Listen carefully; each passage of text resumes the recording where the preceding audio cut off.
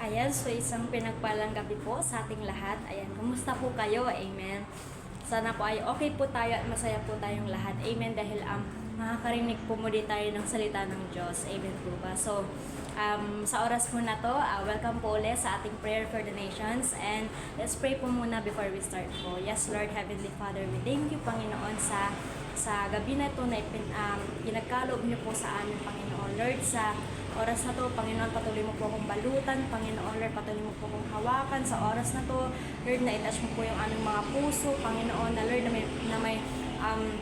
may matututunan po kami muli sa gabing ito, Panginoon. And Lord, sa oras na to, wala po kami ibang maitaas kundi ikaw lamang. We thank you and we glorify you in Jesus' name. Amen. Ayan, so, yan, sa oras na to, sa gabi na to, amen, is may matututunan po muli tayo na galing sa salita niya. Amen, meron po tayo matututunan sa gabi na to. Amen. Kaya, hindi ko na po ito papatagalin pa. So, ang title po natin sa gabing ito ay Reverence and Respect. Amen.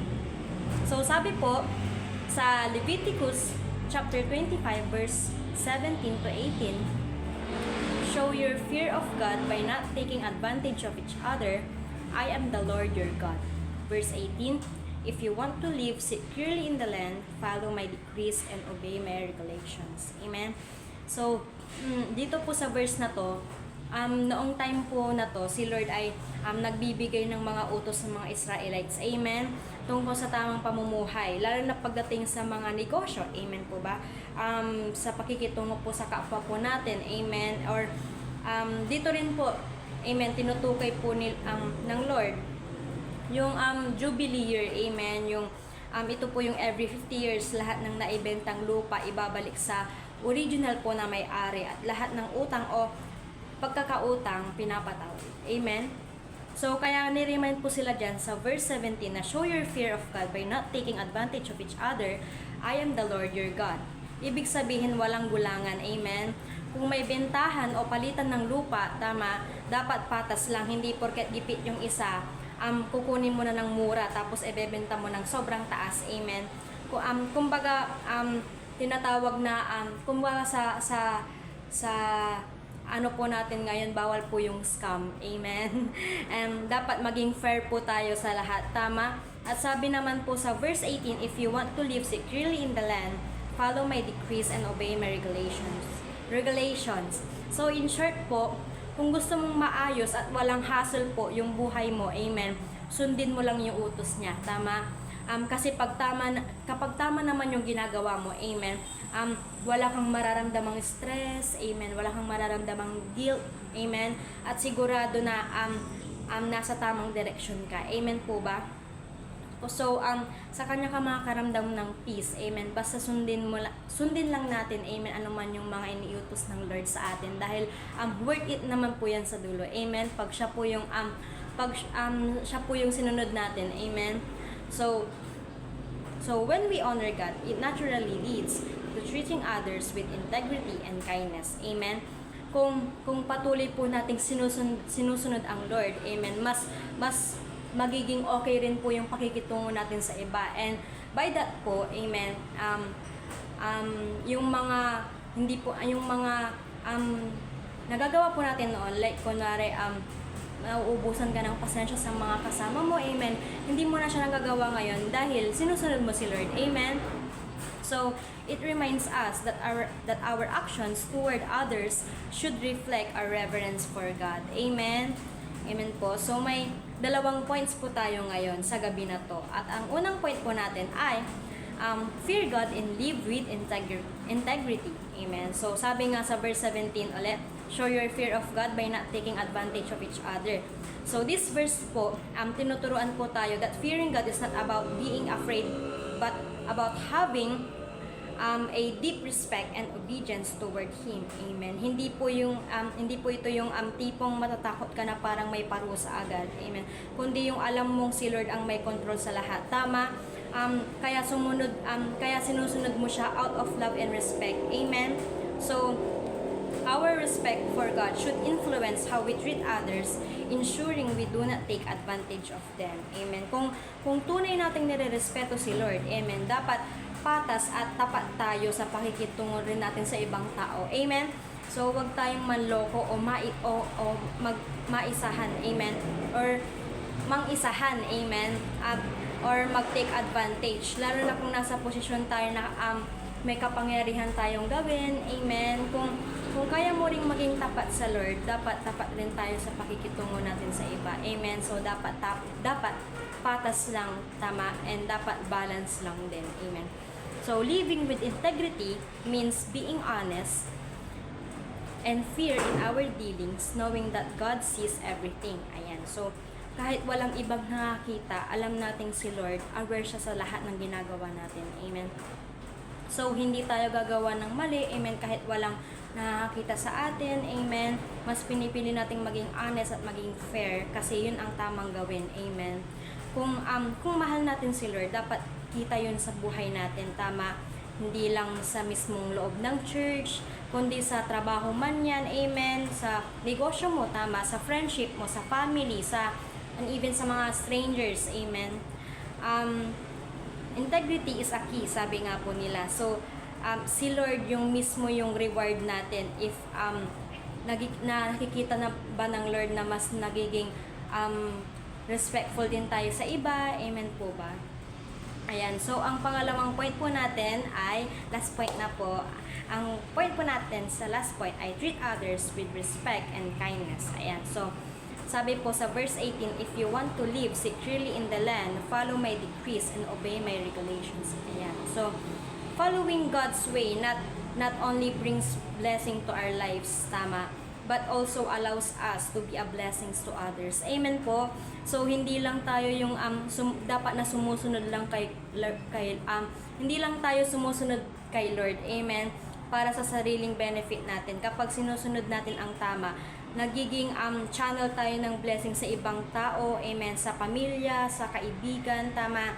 At kahit sa strangers, sabi ko nga po kanina, ayan, nabubulol na po tayo.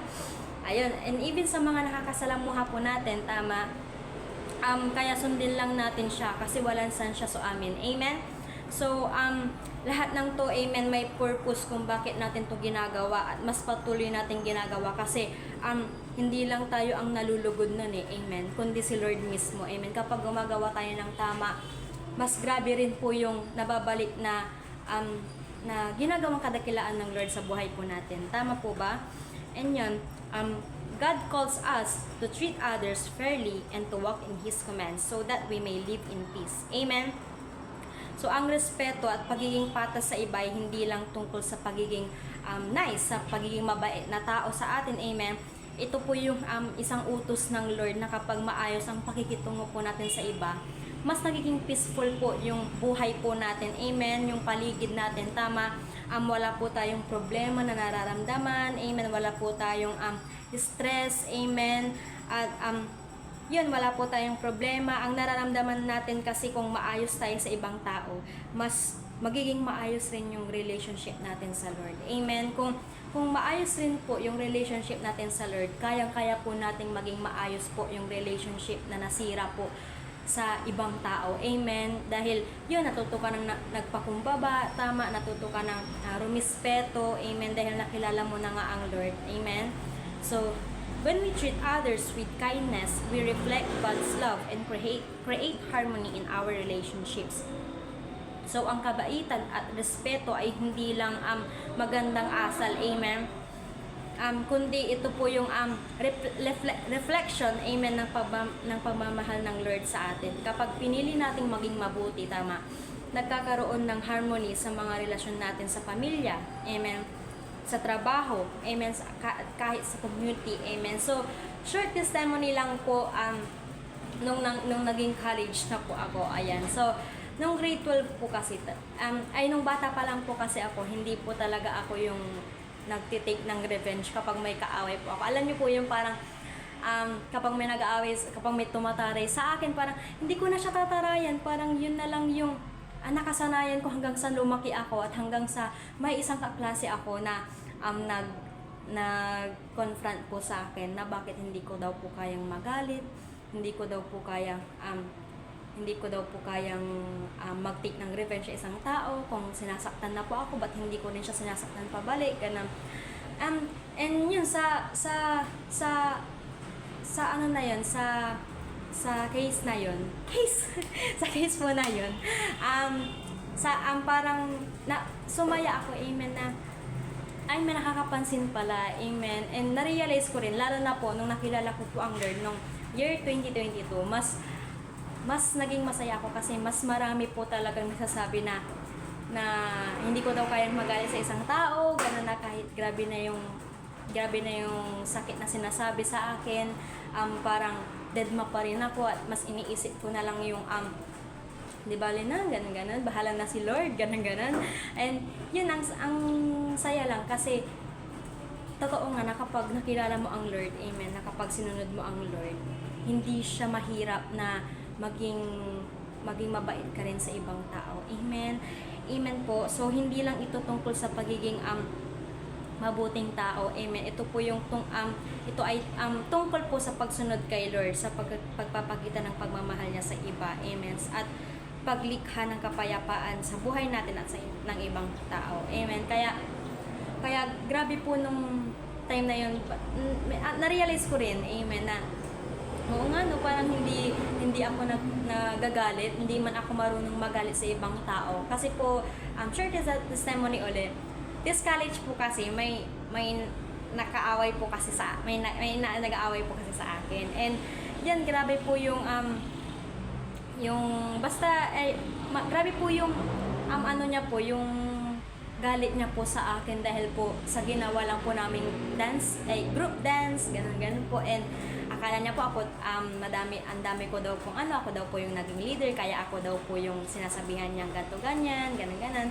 And nung time na yun, nung nagagalit na sa akin yung isang kaklase ko na yun, wala akong ibang ginagawa, amen, wala akong ibang sinasabi, basta hinahayaan ko lang, tumatahimik na lang ako, amen. And hindi ko alam kung routine ko na ba siya or ano ko na ba siya sa sarili ko. And yun, ang saya lang kasi hindi mo nakasanayan yung mga bagay na kaya mong i-revenge, na ang dami mong nasasabing mali sa kanya, ganun na pabalik, pero nananahimik ka na lang at alam mo si Lord na rin ang bahala sa sitwasyon na yun, amen, at alam mong magiging maayos yun, amen po ba? So, napapasalamat ako kay Lord, amen, dahil nung naging Black 2 po ulit ako, kasi dati po Black 1 po ako, so hindi ko na po siya naging kaklase. And nung naging Black 2 po ako, ang akala ko po andun po ulit yung kaklase ko na naman siya, ang sakit-sakit lalamat sa iba gato, ganun. Pero nung naging Black 2 na po ako, mas umokay na po yung sitwasyon, parang wala na pong nangyayari, na kahit nakita niya po ako, hindi niya na po ako titignan ng masama, ganun, amen. So, grabe rin pala, no, kaya hindi rin pala about sa pagiging revenge para magbago yung isang tao, amen, kundi mas tratuhin mo pa rin ng tama kahit ganun na po yung sinasabi sa'yo, mas maging mabait ka pa rin sa kanila, amen, dahil grabe na mas worth it pala yung dulo kapag sinunod mo talaga ang Lord, amen po. So, sabi, as for our conclusion, amen, our reverence for God should shape how we treat others with integrity, fairness, and kindness. Amen. So, minsan po sa buhay po natin, nakakaranas tayo ng sitwasyon kung saan sinusubok yung respeto po natin, amen, yung kabutihan po natin sa kapwa, tama. Pero tandaan natin, kapag inuuna po natin yung paggalang sa Diyos, tama, mas magiging madali ang papapakita ng respeto sa iba. Tama, ang grabe lang na kapag nakilala mo na talaga ang Lord, yung mga mahirap mong pakisamahan noon, alam mo na kung paano na sila kunin ngayon kasi nga nakilala mo na ang Lord. Alam mo na kung paano yung dapat gawin, alam mo na kung paano yung una mong dapat gawin para hindi ka dumaan sa ganong problema nyo, tama, kundi mas aayusin nyo pa ng mabuti yung ano man yung hindi na pagsamahan dati, amen. So, ang dami ko pong testimony about dun sa mga bagay na yun, and thankful for that po kasi ngayon ay hindi ko na po sila tinitreat as kaaway na, amen, kundi tinitreat ko na rin as a kaibigan, amen, na mas kahit na ang dami na nilang parang unfair treatment kumbaga sa akin, pero mas pinili ko pa rin silang intindihin, amen, kasi narealize ko rin po na grabe rin naman po ang Lord na tayo po, amen, naging unfair din po tayo sa Kanya, tama, kay Lord, at ang dami rin po nating kulang sa Kanya, and yun, mas pinili niya naman, mas pinili niya po tayong i-forgive, amen, at intindihin sa mga ganong sitwasyon. Kaya grabe, kaya nagpapasalamat ako kay Lord kasi binigyan niya ako ng ganitong pagpapakumbaba, kasi napansin din po ng mga kasama ko na ang baba-baba daw po ng pasensya ko pagdating sa ibang tao, and salamat kay Lord kasi kay Lord po galing lahat yon, and yun, thank you sa lahat. Ang dami ko rin po napagdaanan, ang dami ko rin napagdaanan ng iyak, amen, na kay Lord ko lang nasasabi, but thank you Lord kasi may process na siya, may healing na siya sa akin, and yun, sa year na to, amen, sabi nga po, immeasurable possibilities nga, diba? So, we pray na maging positive